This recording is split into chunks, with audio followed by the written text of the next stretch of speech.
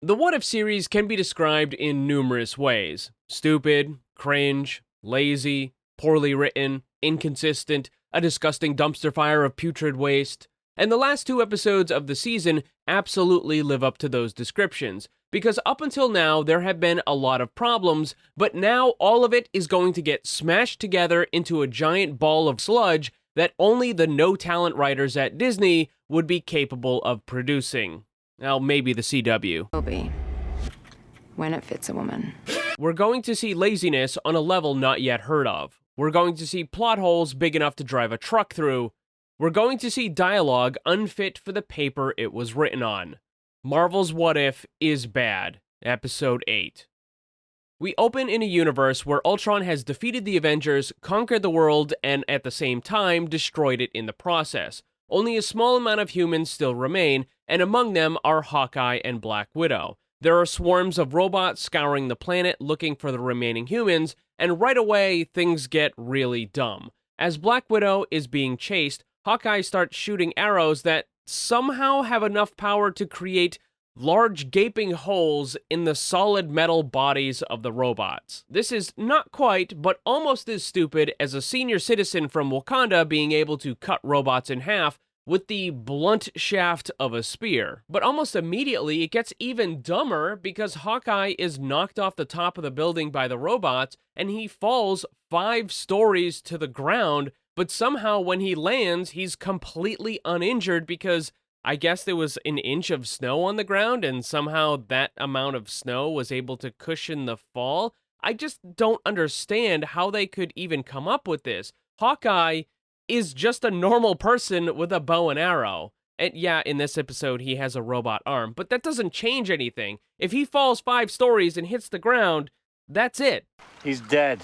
But don't worry, it gets worse. And you know, this episode is going to be extra special bad if I'm already using that slogan this early in the video. I've talked about something several times on how the writers want a specific thing to happen in the story, so they just take a very lazy shortcut in order to make it occur and move the plot along. But this next one is probably the dumbest and the laziest in the entire series. Your story was supposed to be awful and stupid. I just failed to predict how well that would mesh with the theme. Ultron is just kind of standing around on a broken building, monologuing to himself while marveling at the destruction of the city, when suddenly a portal opens up behind him, and out steps Thanos, who immediately dies 2 seconds later when Ultron cuts him in half using the Mind Stone. In another flash of laziness from the writers, we can see that Thanos had already collected the other Infinity Stones, making it even easier for Ultron to get the set. All he needs to do is just pick them up off the ground. There are quite a few reasons why this is unbelievably stupid and lazy beyond just the obvious, so let's take a look. Alright, explain this to me like I'm a 2-year-old, okay? In this universe, Thanos could have obtained all of the other Infinity Stones without ever visiting Earth except for one, the Time Stone. Ultron had managed to destroy the planet before Doctor Strange ever became Sorcerer Supreme, so we have to assume that the Time Stone is still in Kamar-Taj, or what's left of it. However, this itself raises some interesting questions, like why did the Ancient One not try to do anything to stop Ultron? Why didn't she use the Time Stone to prevent the destruction of the planet?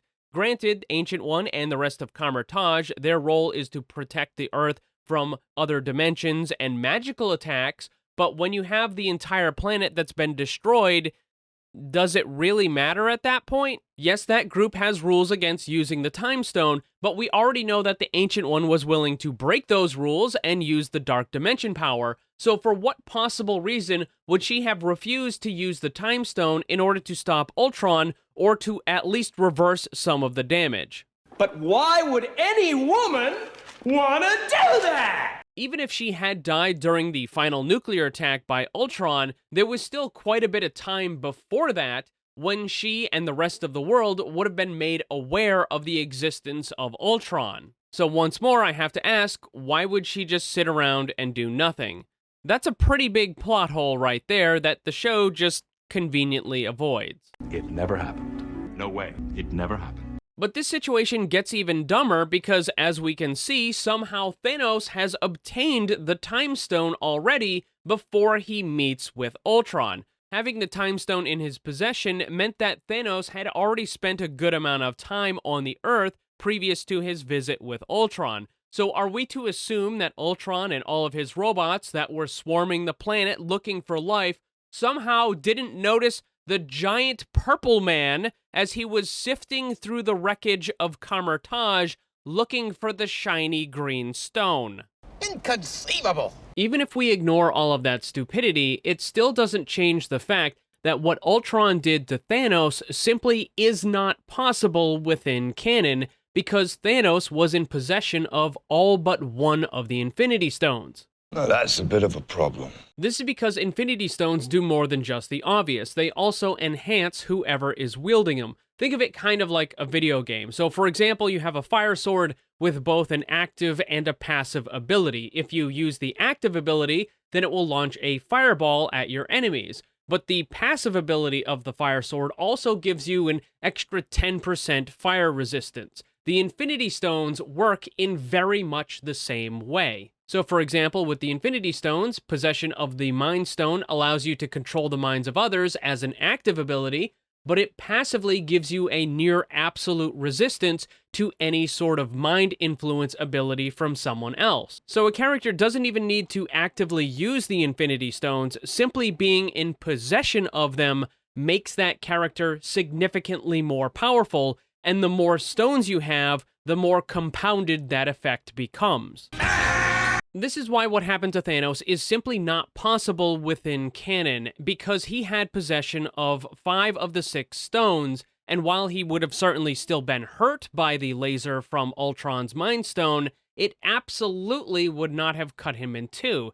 Again, it's just not possible within the rules that have already been established. Having made that point, I know the very predictable counter-argument is going to be, well, it's fantasy and it's not real, so why does it matter? It matters because if you want the story to have any sort of cohesion, then you need to adhere to the rules. By breaking the rules, you break continuity, you break the consistency, you break the immersion, and you also break whatever stakes may have been placed in the story. None of it means anything anymore because the characters can just do whatever they want. Best season ever! The quality of a story is always going to suffer whenever you have writers who are too stupid and lazy to come up with a proper solution and rely on breaking the rules instead. And speaking of the terrible writers on this show, they actually did respond to the early criticism of this particular scene.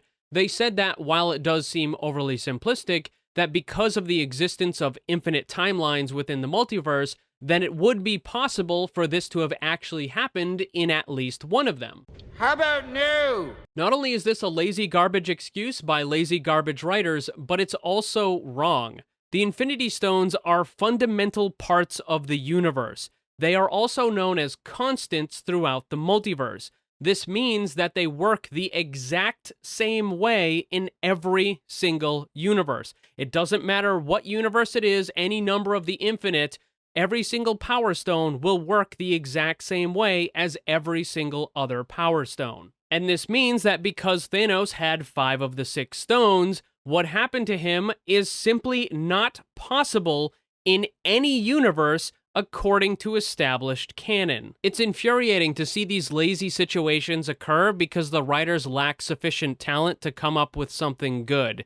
But it's even more annoying to know that the writers care so little about the story they're writing, they couldn't be bothered to do even the slightest bit of research on it. This is terrible. Continuing with the story, Ultron now has all the Infinity Stones and gains a level of omniscience about the entire universe. Just like with the individual stones, all of them combined have a passive effect to the wielder. Someone with all the stones would have the ability to sense the soul of every single life form in the universe. With this knowledge, he realizes that there are many other worlds in the universe full of life, and he must continue his mission to eradicate them all. It hasn't even been 10 seconds since the last pretty big mistake by the writers, and now we have another one. Because of the Infinity Stones, Ultron is aware of the life on the other planets. You know, despite the fact that he just fought and killed Thor, who happens to be an alien from another planet. Oh, and of course, there is that other thing, you know, the very small, tiny, often forgotten detail that the entire reason why Tony Stark created Ultron in the first place was because the Earth had been invaded by aliens from another planet. That's what turns me on about you. Your attention to detail.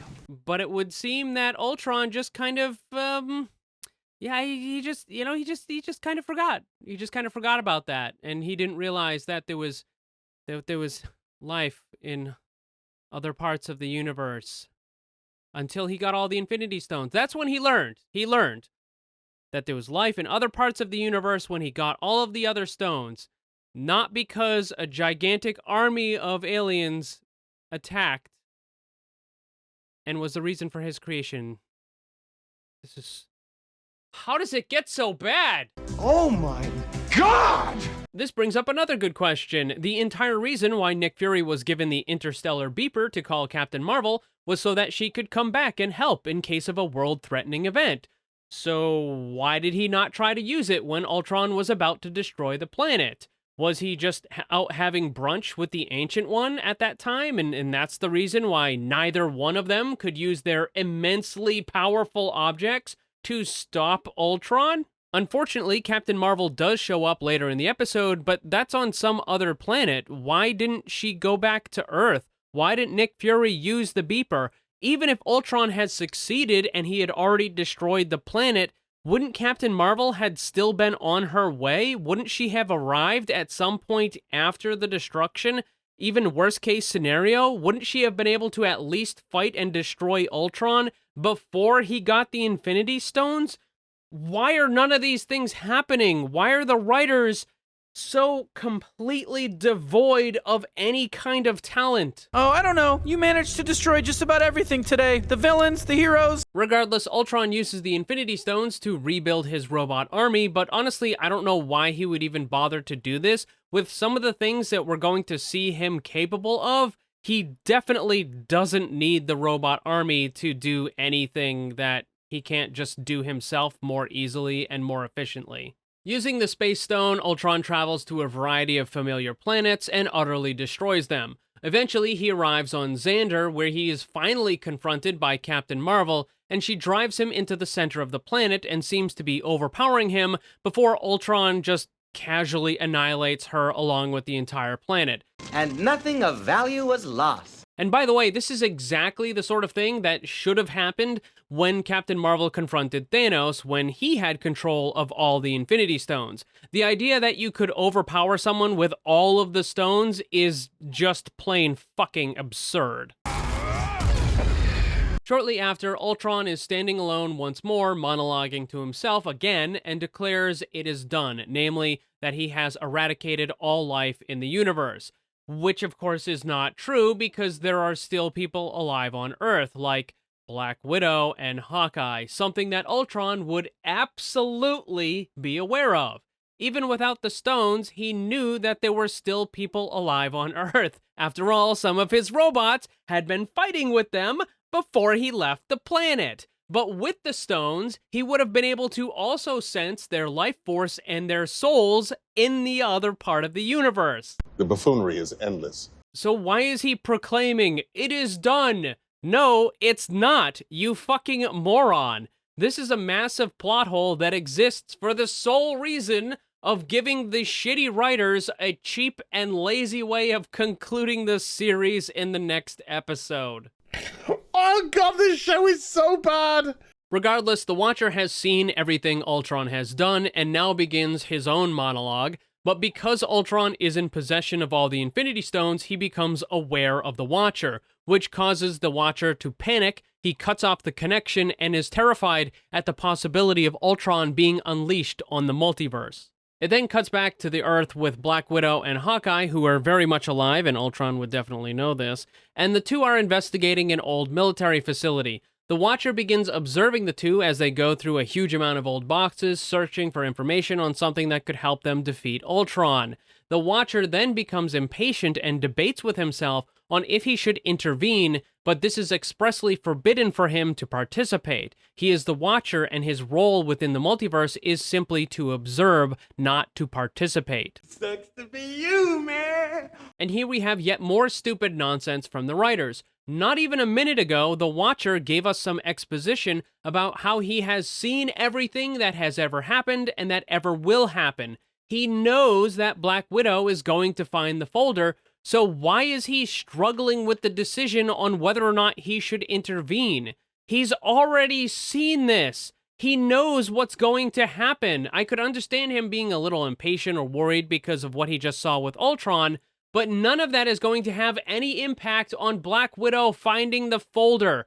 This is nothing more than artificial drama, and it's just dumb. And wouldn't you know it, a few seconds later, Black Widow finds the folder that they were looking for, which is going to lead them to an old Hydra base and a computer version of Zola. He was the scientist who created all of the energy weapons for the Red Skull. So the Watcher returns to his base, but is suddenly attacked by Ultron, who is determined to destroy everything else in the multiverse. But then it quickly moves back to Black Widow and Hawkeye as they arrive at a Hydra base and start up the computer system that will reactivate Zola. They're able to convince Zola to work with them, and the plan is to upload Zola's programming into one of Ultron's bots, where Zola will be able to defeat Ultron from the inside. Hawkeye gets Zola's programming using a special arrow and plugging it into a connection port on Zola's computer. Remember this because it's going to be important later. Black Widow then uses a cell phone to call Stark Tower, where she pretends to order a pizza, and this is supposed to be funny or something, except no one's laughing. The point of the call is to allow Ultron's robots to triangulate their position so that they can capture one and upload Zola's programming. However, this seems incredibly stupid, because the robots are going to arrive prepared to fight, and there's going to be a whole bunch of them, when instead, they could have just tried to sneak up on one, and it would have been a lot easier and safer. Madness. Madness and stupidity. But what's even dumber about this is the idea that the cell phone would even work in the first place, considering they are in the middle of nowhere in Siberia, which I'm absolutely certain would not have cell phone service, especially considering that the entire planet was utterly destroyed by nuclear weapons. I'm pretty certain that cell service would no longer be available. You have no power here. But don't worry, it gets worse. A bunch of robots show up, and Hawkeye manages to shoot one of them in the eye with the special Zola arrow. And right away, this seems pretty stupid for a couple of reasons. First, the tip of the special arrow is meant for connecting into computers, which means that it's probably going to be somewhat on the delicate side, and shooting it through one of the eyes of the robots is almost certainly going to damage or completely destroy that special arrowhead. But what's even dumber is that somehow the arrow begins to upload Zola's program into the robot, despite the fact that it wasn't actually plugged into any kind of connection port. It was just launched into the robot's head. What? This is like launching a USB drive through a monitor and expecting your vacation pictures to start appearing on the screen. It's fucking dumb. That's not how it works. But don't worry, it gets worse. Black Widow found a shield similar to what Captain America had, and she begins throwing it at the robots, which then get cut in half. And I already went over this a few times. Even if the shield is made of vibranium, it's not going to be sharp enough to cut through solid metal. And Black Widow, who is 5'3", 110 pounds soaking wet, is not going to have enough physical strength to do this. But somehow it manages to get even dumber, because after Zola is able to gain control of one of the robots, Black Widow uses a pistol to remove both of his legs with only a single shot each. Which is not how it works at all. I mean, it's not quite as stupid as saying that, you know, a bullet would remove their lung from your body or anything like that. But I think it's pretty safe to say that we can add bullets to the list of things that the show creators don't understand. But the stupid train doesn't stop there, because now the three need to make their escape up a very high vertical shaft. And since the Zola robot no longer has legs, he needs to be carried, and you would think, hey, this is probably a good job for Hawkeye. But no, instead, the 5'3", 110 pound soaking wet Black Widow is somehow able to carry the Zola robot that weighs at least twice as much as her, while jumping and climbing, showing no effort at all. She was such a strong female woman. And now, because the writers are unoriginal, in addition to being stupid and lazy, we also get a reenactment of the scene from the Endgame movie, but the roles are reversed and Black Widow is the one holding onto Hawkeye. He manages to free himself and falls down the shaft towards the robot and uses a very powerful explosive arrow to destroy all of them at once. And I have to ask, why wouldn't you have done this earlier? You know, before you were falling to your death. Truly, you have a dizzying intellect. Zola has been trying to communicate with Ultron in order to fulfill the plan, but he's been unable to find him because Ultron is outside of the universe. It then moves over to Ultron fighting the Watcher as they begin moving through different universes, and we have yet another break in canon. Although, in fairness, this stupidity was not created by the writers on this show, but rather the writers for the Endgame movie. The Infinity Stones do not work outside of their native universe, but the Disney writers chose to ignore that because they're idiots. For this video, I'm not going to go into the numerous reasons why that was unbelievably stupid to do, but suffice it to say, having the Infinity Stones work outside of their native universe creates an enormous amount of problems. According to established rules in canon, Ultron should never have been able to leave his own universe using the stones, and if he did somehow manage to get into another universe, then all of the stones would have been immediately and completely depowered. However, even with all these dumb changes that the writers have made to the MCU, there is still a place where the stones do not work, and that would be the TVA headquarters. Remember that, because it's going to come up later. Also, something else important that I need to point out is that during this fight between Ultron and the Watcher, Ultron does something where he destroys an entire galaxy with absolutely no effort. He just becomes supermassively large and just kind of eats it and annihilates the entire galaxy. That is another thing that I want you to remember because it's going to come up later. Eventually, the Watcher is defeated and retreats, while Ultron claims that nothing can stop him now, which is not even remotely true. See, this is the sort of thing why it's important to have writers who actually understand existing canon. If an entity is going through and destroying multiple universes and upsetting the balance, that would immediately fall under the purview of a multiverse character known as the Living Tribunal. He's the second most powerful being in all the multiverse, and is capable of destroying or deactivating the Infinity Stones at will. For the most part, he doesn't care about what happens in a single universe, but when a person from one universe starts shenanigans in another universe and starts causing problems for the multiverse and upsetting the balance, that's when he gets involved. Stop it! There's simply no way that he would allow Ultron to go through one by one, utterly annihilating every single universe. It's simply not going to happen. Also, this is the reason why the Kang the Conqueror storyline in the Loki series was also complete garbage. It wouldn't happen. Regardless, the Watcher then travels to the small pocket universe that we saw at the end of the Doctor Strange episode, and not only does he break his oath, but he asks Doctor Strange for help. It's really hard to pinpoint any one thing in this episode that could be considered the worst part, because all of it is so unbelievably terrible. Disney hired a group of writers who are not only lazy and incompetent, but don't understand even the most basic things about the characters and the universe they're trying to create a story for. And as bad as all of that is, there's still one more episode left in this season, and somehow it manages to be even worse than this. But thankfully, that's the end of episode 8.